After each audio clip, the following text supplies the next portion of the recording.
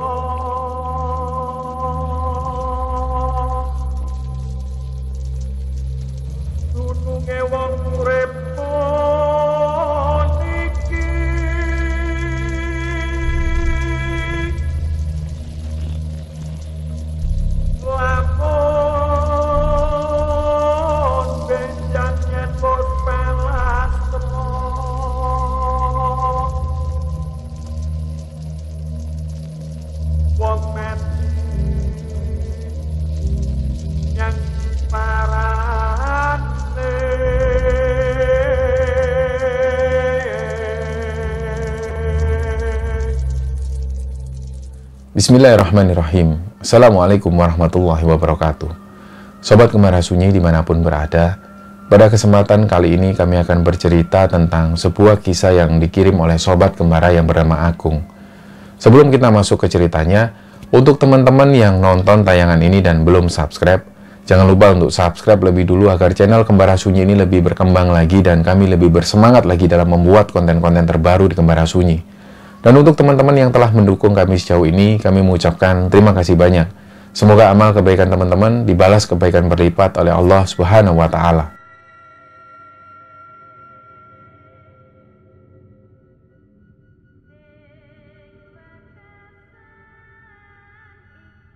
Ya, mungkin teman-teman masih ingat dengan cerita di Kembara Sunyi yang judulnya Canggah. Jadi cerita itu dikirim oleh Sobat Kembara yang namanya Mbak Melati. Dan Mbak Melati ini menceritakan tentang suaminya yang bernama Agung. Jadi di cerita itu kita kilas sedikit bahwa pada waktu itu Mas Agung ini sempat ketemu dengan buyutnya. Nah, ceritanya seperti itu. Mungkin ada teman-teman yang belum nonton cerita Canggah ini, bisa ditonton lebih dulu. Jadi untuk cerita kali ini, kalau email sebelumnya itu yang nulis adalah istri dari Mas Agung, dan untuk email sekarang ini ceritanya ditulis sendiri oleh Mas Agung. Dan cerita ini menceritakan pengalaman Agung di tahun 2016 pada saat beliau belum menikah. Jadi ceritanya seperti yang kita tahu bahwa Agung ini asalnya dari Ngawi, Jawa Timur. Kebetulan desa Agung ini dekat dengan Gunung Lawu. Tapi selama tinggal di sana, Agung sendiri nggak pernah sekalipun naik ke Gunung Lawu. Nah, singkat cerita, Agung dan keluarga ini pindah di daerah Pamulang.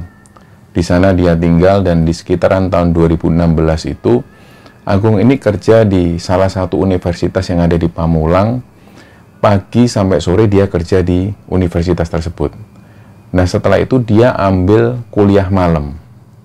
Nah, seperti biasa, pada waktu istirahat maupun sepulang kerja maupun sepulang kuliah, si Agung ini selalu mampir di satu warung kopi yang ada di sana. Jadi meskipun Agung ini bukan seorang perokok, tapi dia selalu seneng nongkrong di warung tersebut karena di sana ada bubur kacang hijau yang enak kesukaan Agung. Nah, jadi ceritanya ketika istirahat, dia nongkrong di warung kopi itu, sekedar untuk pesan kopi, sampai pada akhirnya dia kenal dengan penjaga warung kopi. Kita sebut namanya Mas Dayat waktu itu. Sampai berhari-hari kemudian Agung pun akrab dengan Mas Dayat ini. Nah, pada satu malam, waktu itu Agung ini pulang dari kuliah, dan dia sempatkan dulu untuk mampir di warkop tersebut. Ternyata begitu sampai warkop, loh kok yang jaga ini kok bukan Mas Dayat lagi, tapi ada satu orang pria dewasa, seumuran Agung waktu itu. Dia ini rambutnya dicat atau disemir, dan di badannya itu penuh tato. Nah, dari situ karena Agung belum kenal, seperti biasa dia pesan kacang hijau kesukaannya. Dari situ kemudian dia kenal bahwa si laki-laki ini adalah saudara ipar dari Mas Dayat yang punya warung kopi itu, dan pria ini namanya Guntoro. Akhirnya kenalanlah Agung dengan Guntoro ini, dan semakin hari mereka pun semakin akrab, karena Agung bisa dikatakan hampir setiap hari nongkrong di warung tersebut. Nah, karena semakin sering Agung nongkrong di sana, akhirnya Agung ini pun semakin akrab dengan Guntoro. Mereka pun setiap malam ngobrol panjang lebar ke sana kemari. Dan menurut sepengetahuan Agung, Guntoro ini orangnya bisa dikatakan waktu itu masih belum sholat. Agung itu ingat betul. Padahal setiap kali jam sholat, Agung itu selalu ngajak Guntoro untuk sholat. Tapi waktu itu Guntoro ini menolak. Dan setiap hari Jumat, pada saat pria atau kaum laki-laki ini sholat ke masjid, waktu itu Guntoro ini memutuskan untuk nggak sholat. Nah, Agung sendiri nggak tahu alasannya Guntoro ini apa. Padahal Agung tahu bahwa Guntoro ini adalah seorang muslim. Nah, dari situlah Agung nggak terlalu banyak masuk ke kehidupan Guntoro. Dia masih berteman. Nah, sampai satu kemudian malam itu, pas waktu Agung ini pulang dari kuliah, dia mampir ke warkop itu, dan ada si Guntoro. Seperti biasa, dia pesan kopi dan juga bubur kacang hijau. Tor, buatin aku bubur kacang hijau ya. Dibuatin seperti biasa. Nah, setelah itu, Agung makan seperti biasa, dan memperhatikan Guntoro itu seperti biasa. Dia ngelihat ke arah Agung, tapi pandangannya waktu itu agak aneh. Tapi Agung ini nggak mengambil hati waktu itu. Ketika Guntoro ini memandang Agung dengan pandangan yang aneh, Agung waktu itu nggak memperhatikan secara jelas, tapi dia makan. Nah, setelah itu, setelah Agung makan dan minum kopi, Guntoro datang. Tiba-tiba si Guntoro ini tanya ke Agung, "Gung, bukannya kampungmu itu di Ngawi ya?" "Oh iya, kenapa Roh?" "Mbok kamu ajak aku naik ke Gunung Lawu." Lah, Agung ini juga ngerasa ini anak kenapa tiba-tiba ngajak naik gunung, apalagi ngajaknya naik ke Gunung Lawu. Nah, Agung waktu itu tanya, "Kamu ini kok tiba-tiba ngajak naik ke Gunung Lawu itu kenapa, Roh?" Lah, si Guntoro bilang bahwa aku ini sudah lama pengen naik ke gunung-gunung yang keramat-keramat seperti itu.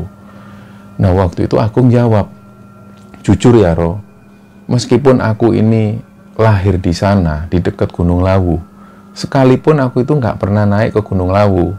Tapi kalau memang kamu pengen ke sana, nantilah tak coba atur waktu. Kalau memang ada waktu untuk libur, nanti tak ajak ke sana lah insya Allah." Nah, akhirnya pembicaraan ini pun usai. Nah, pada saat di rumah, Agung ini kepikiran terus ajakan dari Guntoro itu. Karena yang pertama, Agung juga ngerasa, selama dia tinggal di Ngawi itu, dia belum pernah naik ke Gunung Lawu. Jadi waktu itu Agung merasa mungkin ini waktunya untuk naik ke Gunung Lawu. Yang kedua, karena dia kepingin juga untuk ngajak Guntoro ini naik ke Gunung Lawu, sekalian mampir ke rumah kakek dan neneknya yang ada di Ngawi.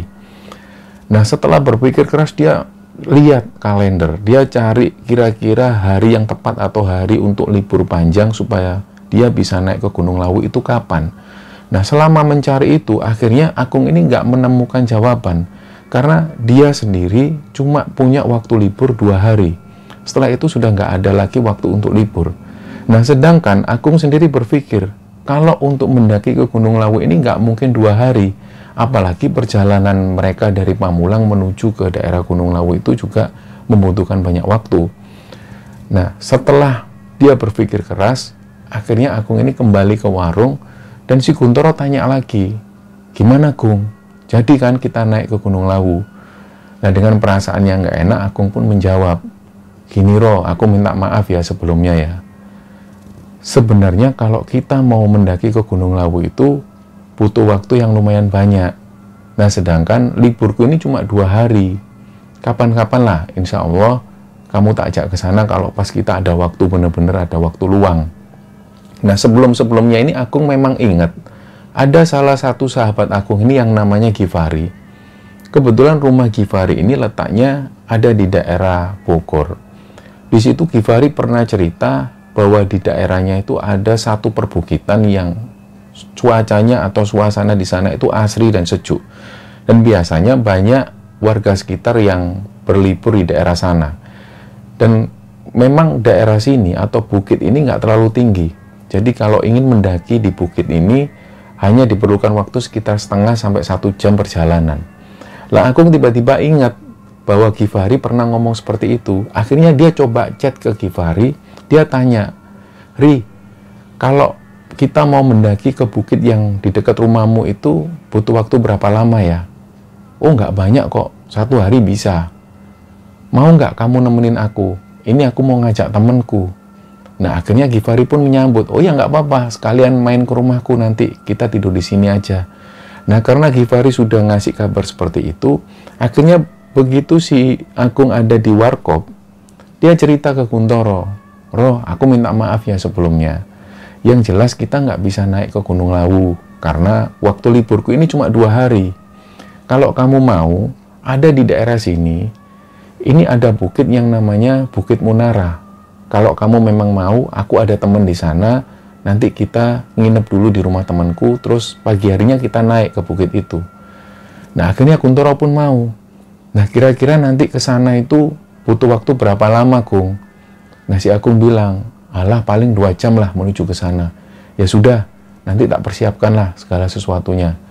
Nah, setelah itu, akhirnya mereka ketemu. Pada satu hari, Kuntoro ini ketemu dengan Agung, mereka pun berangkat naik motor menuju ke rumahnya Gifari. Dalam perjalanan itu mereka ngobrol. Jadi si Kuntoro ini cerita panjang lebar, sampai kemudian mereka istirahat di satu warung. Di sana mereka berhenti pesan mie instan dan juga teh hangat. Sambil ngobrol-ngobrol, Kuntoro ini tanya, "Gung, kira-kira di Bukit Munara itu ada tempat keramatnya nggak ya?" Lah, Agung ini kaget. Nah, awalnya Agung itu menjawab pertanyaan dari Kuntoro ini dengan sisi-sisi candaan. "Kamu itu ngapain? Kok tanya tempat-tempat keramat? Emangnya kamu mau cari jodoh apa cari nomor togel?" Lah, Agung ini jawab hal itu dengan bercandaan.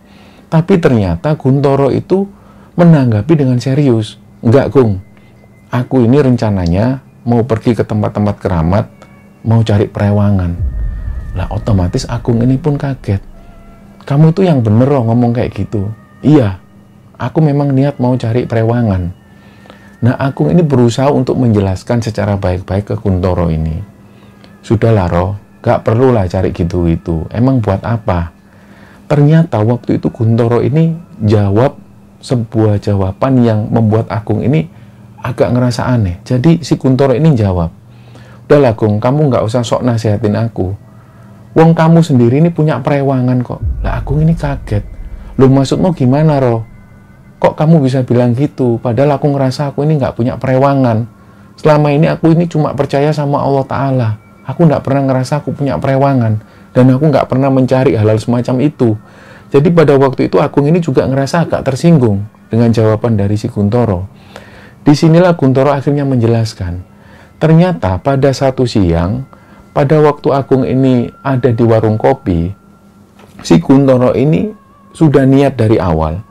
Jadi kopi yang mau disuguhkan ke Agung sengaja dimasukkan sebuah benda semacam keris oleh si Kuntoro ini. Nah, ceritalah si Kuntoro, "Siang itu, Gung, aku ini sengaja mau ngetes kamu. Waktu kamu di warung kopi, kamu pesan kopi, kopimu itu sengaja tak celupin benda ini." Lah, si Kuntoro ini mengeluarkan satu benda seperti keris kecil. Keris ini seperti bahan kuningan yang sudah menghitam. Jadi si Kuntoro ini menjelaskan dengan sangat serius. Siang itu kopi yang mau disuguhkan ke Agung ini sengaja dicelupi benda ini oleh si Kuntoro. Nah, menurut Kuntoro, semua makanan atau minuman yang sudah dicelupkan keris tersebut, ini yang meminumnya akan merasakan efek yang luar biasa. Jadi orang yang minum minuman tersebut yang sudah dicelupkan benda semacam ini oleh si Kuntoro itu akan merasakan demam, dan bahkan dia bisa dilarikan ke rumah sakit karena efek tersebut.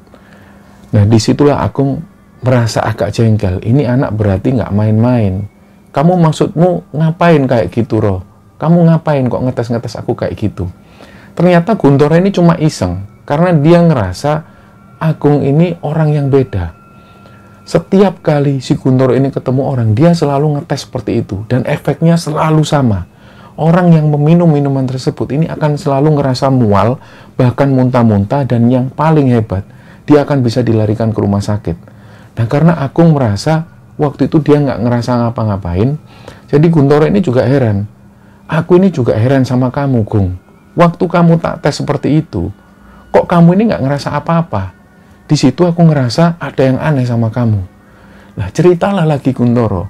Pada waktu si Kuntoro ini memperhatikan Agung, dia itu dari jauh sudah merasa bahwa Agung ini pasti punya pegangan. Karena begitu Agung minum kopi tersebut, dia nggak merasakan efek apapun. Dan secara bersamaan, nggak lama kemudian Kuntoro ini ngelihat persis di samping Agung itu ada sosok nenek-nenek. Nenek-nenek ini agak bungkuk dan melotot ke arah Kuntoro. Kayak seolah-olah nenek-nenek ini marah ke Kuntoro. Disitulah kenapa Kuntoro ini ngomong ke Agung bahwa Agung punya perewangan. Jadi Kuntoro itu menyaksikan ada sosok nenek-nenek yang berdiri persis di sampingnya Agung dan terlihat marah ke Kuntoro. Nah, karena Agung ini merasa bahwa dia nggak punya perewangan, Agung menjelaskan sekali lagi, setiap kali aku ini mau makan, mau minum, insya Allah aku selalu baca bismillah, Roh. Mungkin karena bacaan-bacaan bismillah inilah yang akhirnya membuat aku terhindar dari hal-hal semacam ini, Roh. Nah, Toro waktu itu cuma diem. Nah, setelah ngomong panjang lebar, si Toro ini langsung bilang ke si Agung, ya sudah, yuk kita berangkat aja yuk. Ya sudah, ayo berangkat yuk. Mereka pun melanjutkan perjalanan, dan singkat cerita, sampailah mereka di rumah Givari. Waktu itu Givari ini keluar dari rumah, dia bilang, Gung, ini rumahku ini masih harus masuk lagi. Jadi motor kalian parkir di sini aja. Ini rumah budeku. Rumahku itu masih sekitar 10 meter lagi lah. Jadi nggak bisa dilalui motor. Motor ini nanti ditaruh di sini, kita jalan. Oh ya sudah, Ri. Agung pun langsung masukkan motornya ke rumah itu. Nah, pada saat yang bersamaan, si Givari ini tanya ke Agung, itu kok temenmu ngapain kok ada di sana sambil jongkok, Gung? Lah, Agung pun langsung otomatis noleh. Ternyata waktu itu Agung ngelihat si Kuntoro ini itu jongkok di jalan, dan dia itu megang kepalanya kayak kesakitan, sambil mulutnya itu menganga-menganga, kayak menahan rasa sakit. Nah, Agung itu juga heran, nggak tahu kenapa ya itu ya. Disamperin lah, kamu kenapa, Roh? Kamu kenapa kok megangin kepalamu? Kamu sakit? Kalau memang sakit kita istirahat dulu. Ternyata si Kuntoro ini diam, dia cuma megang kepalanya sambil mulutnya itu menganga, kayak menahan rasa sakit terus. Ditanya lagi, kamu kenapa, Roh? Lah, barulah si Kuntoro ini jawab, nggak kuat aku, Gung, nggak kuat. Itu di sana itu daun bidara ya, Gung, daun bidara ya. Lah, barulah Agung ini barulah Agung ini paham. Oh, ternyata Kuntoro ini nggak kuat karena memang di rumah budenya Givari itu ada banyak sekali pohon bidara. Jadi memang budenya Givari ini jual pohon-pohon bidara. Disitulah kenapa Kuntoro ini merasa dia itu kayak diserang oleh sesuatu yang dia nggak bisa ngelawan. Nah, karena Agung ini tahu bahwa Kuntoro ini punya pegangan, jadi Agung ini cuma diem. Tapi yang bikin Agung itu bingung, menjelaskan ke temannya Givari ini gimana. Takutnya kalau Agung menjelaskan ke Givari bahwa Kuntoro ini bawa sesuatu atau mau melakukan hal yang aneh-aneh, takutnya nanti Givari nggak jadi mengantar dia naik ke Bukit Munara. Jadi Agung diem. Akhirnya mereka pun masuk, mereka jalan menuju ke rumah Givari. Begitu sampai di sana, mereka pun dipersilakan untuk istirahat, disiapkanlah tikar, dan malam itu si Agung ini ngajak Givari untuk bikin mie instan dan bikin kopi. Nah, disitulah Agung berkesempatan tanya ke Givari. Dia tanya, Ri, di depan itu budemu sengaja naruh pohon bidara ini Untuk apa memang? Lah Gifari bilang, ya itu memang budeku jualan pohon bidara, Gung. Nah, kamu tadi lihat nggak temanku tadi, si Guntoro tadi kok megangin kepalanya? Kamu paham nggak tentang itu? Ternyata Gifari ini juga nangkep bahwa pohon bidara itu selain untuk jamu-jamuan herbal, ternyata pohon bidara ini memang bisa untuk menangkal sihir dan segala guna-guna yang lain. Inilah kenapa sering kita jumpai setiap kali ada orang yang meninggal, selalu dipersiapkan daun bidara yang direndam dengan air, dan kemudian air ini dimandikan kepada jenazah. Atau ada alternatif lain, ketika tidak ada daun bidara, maka orang-orang ini akan mengambil daun kelor. Nah, mereka percaya bahwa daun bidara maupun daun kelor ini bisa menangkal hal-hal sihir atau segala macamnya. Jadi orang-orang yang disinyalir masih memakai susuk ketika meninggal itu, maka harus dimandikan dengan air rendaman daun kelor maupun daun bidara. Hal ini untuk menangkal sihir-sihir atau susuk yang masih tertanam di tubuh orang tersebut. Nah, setelah obrolan itu, mereka pun akhirnya ngobrol bareng lagi. Keesokan harinya sekitar subuh hari, mereka bangun sholat subuh dan mempersiapkan diri untuk kemudian melanjutkan perjalanan menuju ke Bukit Munara itu. Nah, pada saat pertama kali Agung merasakan suasana yang ada di sana, dia itu merasa suasana di sana itu benar-benar sejuk. Pagi hari itu banyak sekali kicau-kicau burung, dan waktu itu ada beberapa masyarakat yang tinggal di sana menyapa dengan ramahnya. Pertama kali mereka harus menyeberangi sungai dari jembatan bambu. Di situ mereka menikmati betul. Dan sepanjang perjalanan itu, mereka selalu menemukan warung-warung di sepanjang perjalanan. Jadi sampai-sampai ketika melewati 5 warung, si Agung ini tanya ke Gifari, ternyata banyak warung juga, Tori. Tahu gitu kita nggak usah bawa apa-apa. Nah, ternyata Gifari sudah menjelaskan sebelumnya ke Agung bahwa memang di sini banyak warung. Dan memang daerah ini adalah daerah kunjungan wisata. Banyak sekali warga-warga yang ada di sana ini melakukan kunjungan wisata di sana, terutama di waktu libur. Nah, begitu dalam perjalanan, setelah melewati 5 warung, mereka ketemu dengan 2 buah batu yang besar. Dan 2 batu ini ditutupi dengan akar-akar yang menjulang. Nah, di lokasi ini, suasananya itu benar-benar berbeda. Jadi mereka harus melewati celah-celah batu yang tertutup akar pohon itu. Setelah melewati itu, tiba-tiba si Toro ini teriak ke Agung, "Gung, kamu kok kayak ditutupi gelembung ya, Gung?" Lah otomatis Agung dan Gifari ini juga heran. Maksudnya gimana, Toro? Itu loh, kamu itu jalan kayak ditutupi gelembung gitu loh. Lah Gifari ini menyangka bahwa ini si Toro ini ngelantur. Ngomongnya terlalu ngelantur. Sampai-sampai si Agung dibilang dia jalan seolah-olah terlindungi oleh sebuah gelembung. Nah akhirnya mereka jalan. Mereka mengabaikan kata-kata dari si Guntoro ini. Sampailah mereka di satu warung. Di warung itu yang jaga bapak-bapak. Mereka akhirnya memutuskan istirahat di sana dan memesan teh hangat. Setelah minum beberapa saat, sambil mereka ini ngobrol, si Agung itu memperhatikan bapak-bapak penjaga warung itu memperhatikan si Guntoro terus. Jadi terlihat sekali kalau si bapak pemilik warung ini memandang sinis ke arah si Guntoro. Sambil bikin sesuatu, bapak pemilik warung itu kayak memandang terus ke arah Guntoro. Nah, karena Agung merasa ini suasananya agak nggak nyaman ini. Akhirnya dicobalah dicairkan suasananya. Agung tanya ke bapak-bapak pemilik warung, "Pak, kalau mau ke puncak masih jauh ya, Pak?" Nah, akhirnya si bapak-bapak itu agak kaget. "Oh, enggak kok, Mas, dekat. Ini di atas ini kan ada gua. Nanti nggak jauh dari gua itu sudah puncak. Jalan aja deket kok." "Oh, ya sudah, Pak."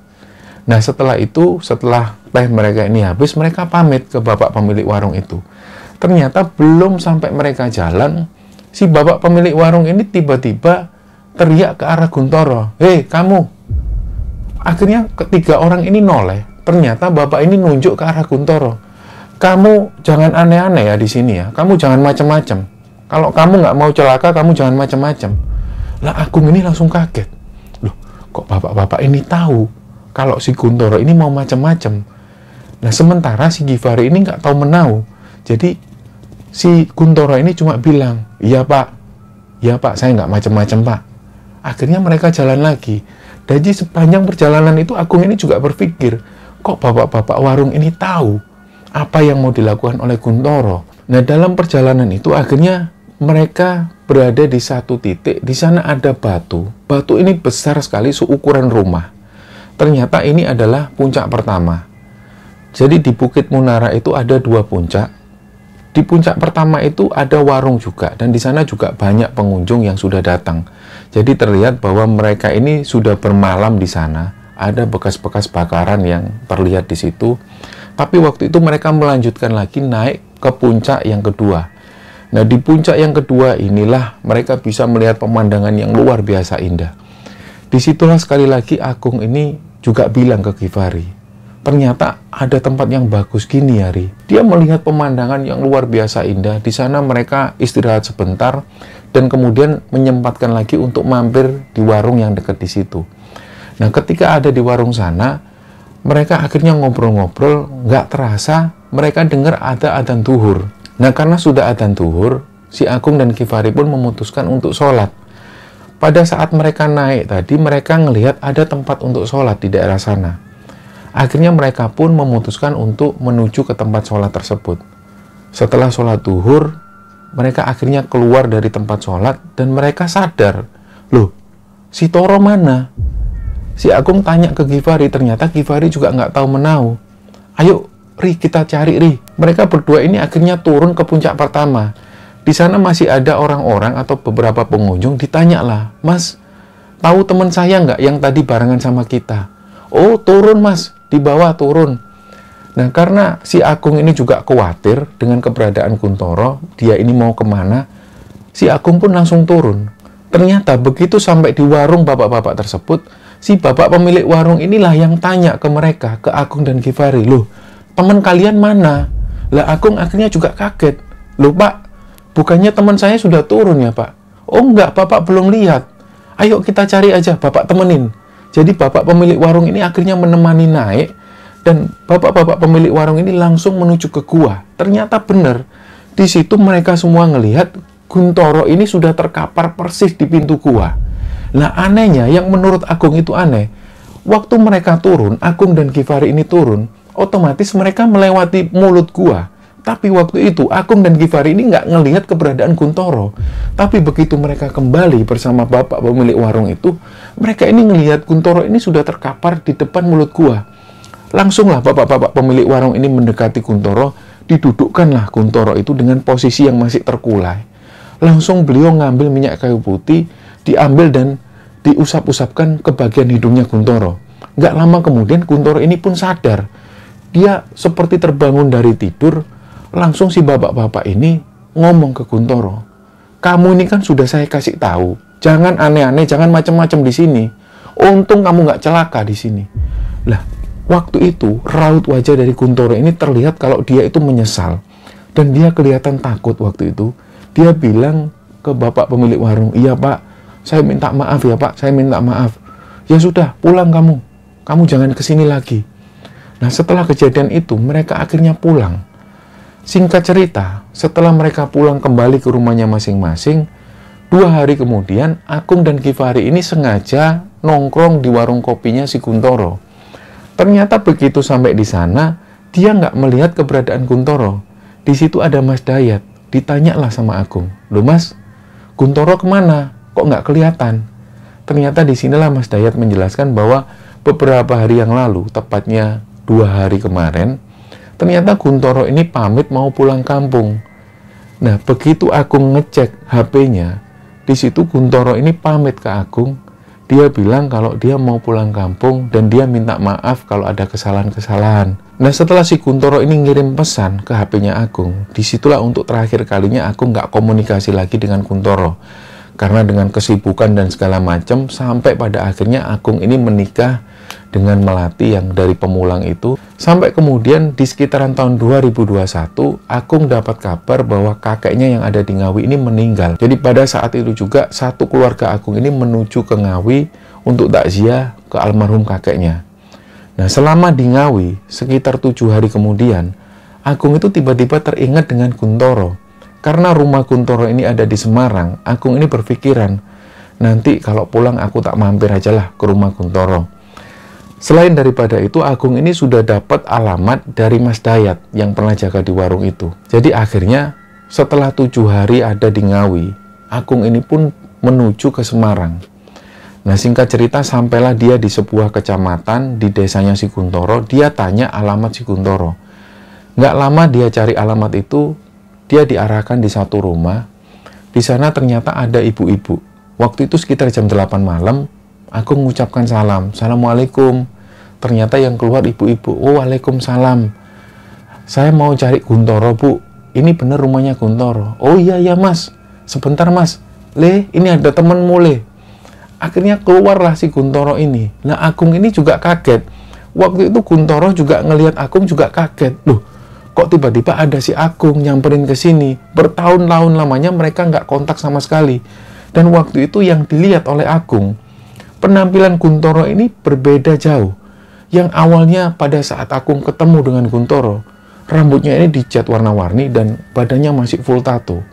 Waktu itu memang rambutnya sudah nggak dicat lagi, rambutnya sudah berubah jadi hitam, dan Kuntoro ini terlihat lebih gemuk dari biasanya, dan wajahnya itu terlihat lebih bersih dan lebih cerah.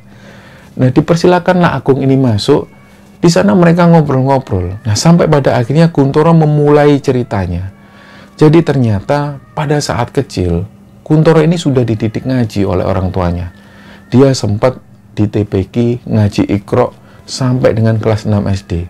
Dan setelah kelas 6 SD, dia melanjutkan sekolah di satu SMP di sana. Mulailah di sana itu pergaulannya sudah mulai berubah. Dia mulai kenal minum minuman keras, dia mulai kenal dengan kehidupan malam, dia mulai ngerokok. Nah, sampai kemudian dia mulai malas-malasan. Pada saat lulus SMP, pada saat teman-temannya ini melanjutkan di bangku SMK, Kuntoro sudah nggak mau lagi sekolah. Dia sampai bilang ke kedua orang tuanya, dia nggak mau lagi sekolah. Dia pengennya main, dia pengennya enak-enakan di rumah, dia nggak mau lagi sekolah. Karena menurut Kuntoro waktu itu sekolah ini terlalu membebani hidupnya. Ayahnya itu benar-benar marah sama si Kuntoro, tapi Kuntoro malah ngelawan. Sampai pada akhirnya Kuntoro nggak sekolah, sementara teman-teman yang lain ini melanjutkan sekolah ke SMK. Kuntoro ini masih nggak mau sekolah. Dan sampai singkat cerita, ketika teman-temannya ini lulus dari SMK, ada teman-temannya yang sudah mulai kerja, ada juga yang melanjutkan kuliah, sementara Kuntoro ini masih pengangguran. Dan di sisi lain, di tempat tongkrongannya itu semakin hilang. Anak-anaknya ini semakin menghilang satu persatu, mereka dengan kesibukannya masing-masing. Ada yang kuliah, ada yang juga kerja. Dan Kuntoro waktu itu merasa kesepian.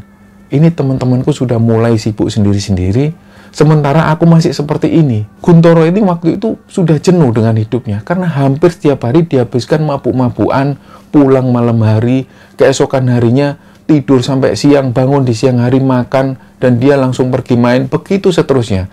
Sampai-sampai dia jenuh. Nah, pada saat itulah dia mulai cari pekerjaan. Sementara ijazahnya cuma ijazah SMP. Nah, pada waktu itu, mereka ini tergabung di grup BBM. Kuntoro ini sempat tanya ke teman-temannya, ada nggak kerjaan buat aku? Nah, pada waktu itulah Kuntoro merasa teman-temannya ini cuek, kayak seolah-olah selalu ngeles ketika ditanya pekerjaan. Nah, disitulah Kuntoro ini semakin merasa kesepian dan dia nyesel. Seandainya waktu itu dia nurut dengan orang tuanya, dia pasti nggak akan seperti ini hidupnya. Jadi yang ada di pikiran Kuntoro waktu itu dia cuma nyesel. Nah, sampai kemudian pada satu malam itu seperti biasa Kuntoro ini bikin kopi di rumah, dia sambil santai dan ngecek HP-nya. Di grup BBM itu tiba-tiba ada teman-temannya yang ngirim foto. Ternyata waktu itu teman-temannya ini memposting foto-foto ketika mereka liburan di Jogja. Dan waktu itu yang ada di grup BBM ini, satu-satunya yang nggak ikut adalah si Kuntoro. Dia ngerasa, kok teman-temanku ini nggak ngajak aku? Kenapa? Apa salahku? Tanyalah dia ke teman-temannya, kenapa kalian kok nggak ajak aku liburan? Padahal aku kan juga pengen liburan. Ada beberapa temannya ini yang menjelaskan, gini loh Kun, ke Jogja itu liburan kan juga butuh biaya. Sementara kamu sendiri ini kan juga belum kerja. Kami sendiri ini nggak mau membebani kamu. Lah Kuntoro ini dengan berbagai alasan dia tanya ke teman-temannya. Ya kalaupun aku ini memang nggak punya uang, harusnya kan kalian basa-basi ngajak aku dulu kayak atau gimana kayak terlepas nanti ke belakangnya aku ini nggak bisa ikut. kan aku nggak ada masalah. Tapi kalian itu kayak nggak ngomong ke aku, kalian liburan sendiri. Nah dari situlah Guntoro itu merasa nyesel, merasa jengkel dengan teman-temannya karena dia merasa seperti nggak diorangkan waktu itu. Nah beberapa hari kemudian, karena Guntoro ini sudah menyimpan dendam sama teman-temannya itu, dia menghampiri satu orang yang bernama Pak Manto. Jadi Pak Manto ini dikenal orang pintar di sana. Setiap kali ada pemuda-pemuda desa yang mau kerja keluar kota, mereka selalu menghubungi Pak Manto untuk meminta sikep atau minta pegangan. Biasanya sikep ini didapatkan pada Pak Manto dengan melalui ritual-ritual tertentu. Nah, sikep ini biasanya dibawa oleh pemuda-pemuda tersebut untuk melindungi dirinya sendiri. Mereka percaya tentang itu. Karena dari awal, si Toro ini sudah niat untuk melampiaskan dendamnya pada teman-temannya.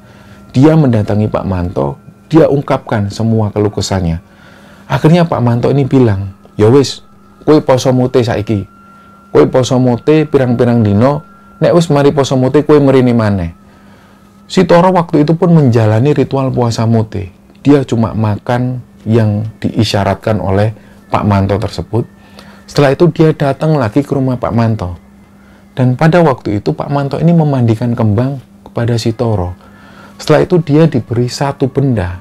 Benda ini semacam keris yang terbuat dari kuningan. Benda inilah yang belakangan hari dicelupkan ke minumannya si Agung waktu itu. Nah setelah diberi benda ini, akhirnya si Toro ini melakukan ritual lagi.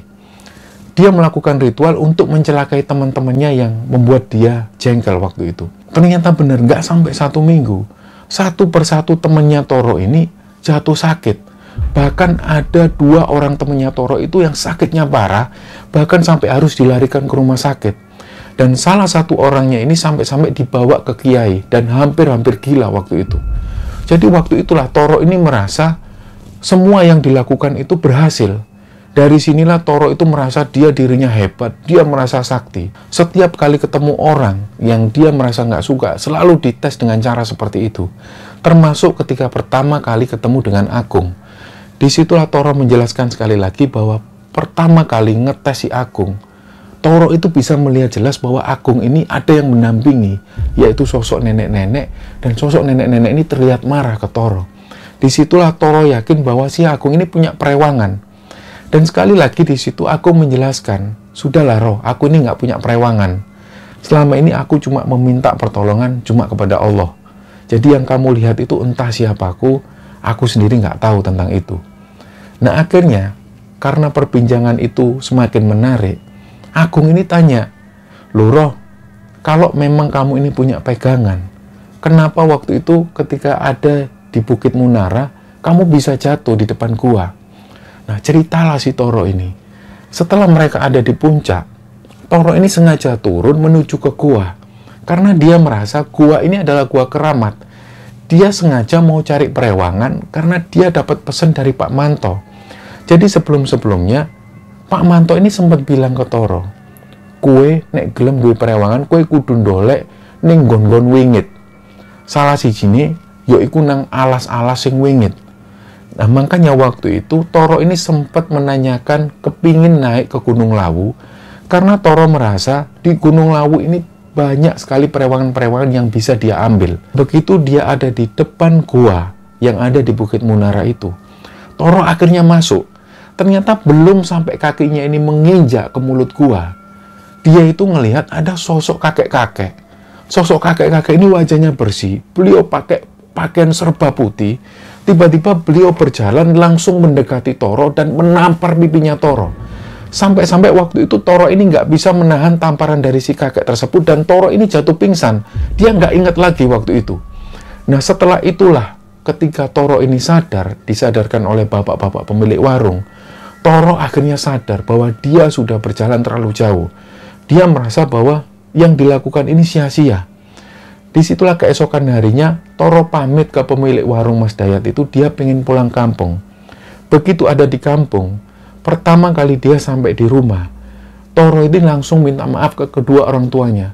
Dia minta maaf, betul-betul minta maaf karena yang dilakukan selama ini sudah merugikan keluarganya, sudah membuat sakit hati kedua orang tuanya. Dia mulai belajar ngaji, dia mulai mendatangi pengajian-pengajian, dan dia sekali lagi belajar sholat.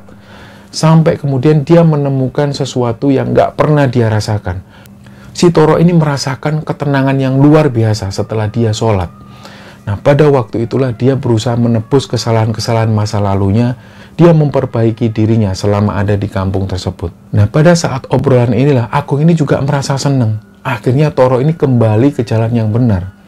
Di sinilah yang bisa kita ambil kesimpulan bahwa ketika ada teman kita yang kita merasa bahwa teman kita ini tersesat, nggak seharusnya kita jauhi.